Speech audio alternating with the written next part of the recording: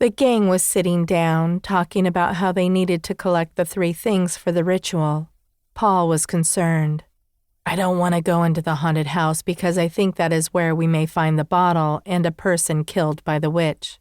That might alert her, and I don't want her ambushing us again, Paul expressed. Gina raised her hand and stepped forward. Guys, I kind of stole the bottle while we were running away the last time. I thought I could use it for my protection. It is in my room, Gina explained. Both Clara and Paul were flabbergasted. Gina was continuing to surprise them, and Paul stepped forward, a little more motivated now. How about the body and the skull? He asked. How sure are you that Father Ben was murdered by Bridget? Gina asked. Paul's eyes grew wide in surprise. He couldn't believe what Gina was suggesting. Are you suggesting that he began to ask. Gina nodded her head. Well, yes. She already has marks in Nick's bodies. We can't possibly get those without alerting her.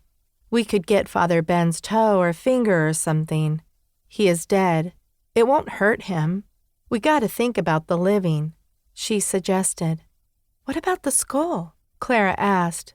Gina looked at Paul with a look. We are going to the graveyard anyway, right? Gina suggested. Paul and Clara were both surprised at her brashness. They weren't expecting Gina to be so cutthroat, but here she was, telling them shortcuts to everything that they needed for the ritual. The group decided that they had made some headway. Clara would go to the graveyard to collect the stuff, while Paul and Gina would meet up with the witch hunter and see what they needed to do next.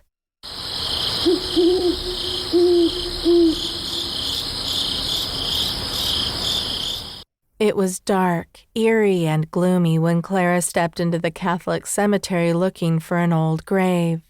She was scared, but she knew the real horror would be if the witch got through to her family.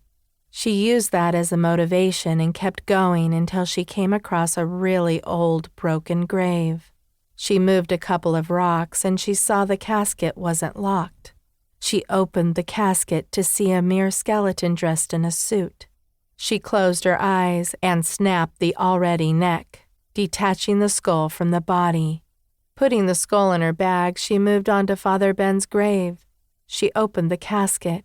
She grimaced, seeing what was before her, a rotting corpse or whatever was left of Father Ben, not the way she remembered him to be.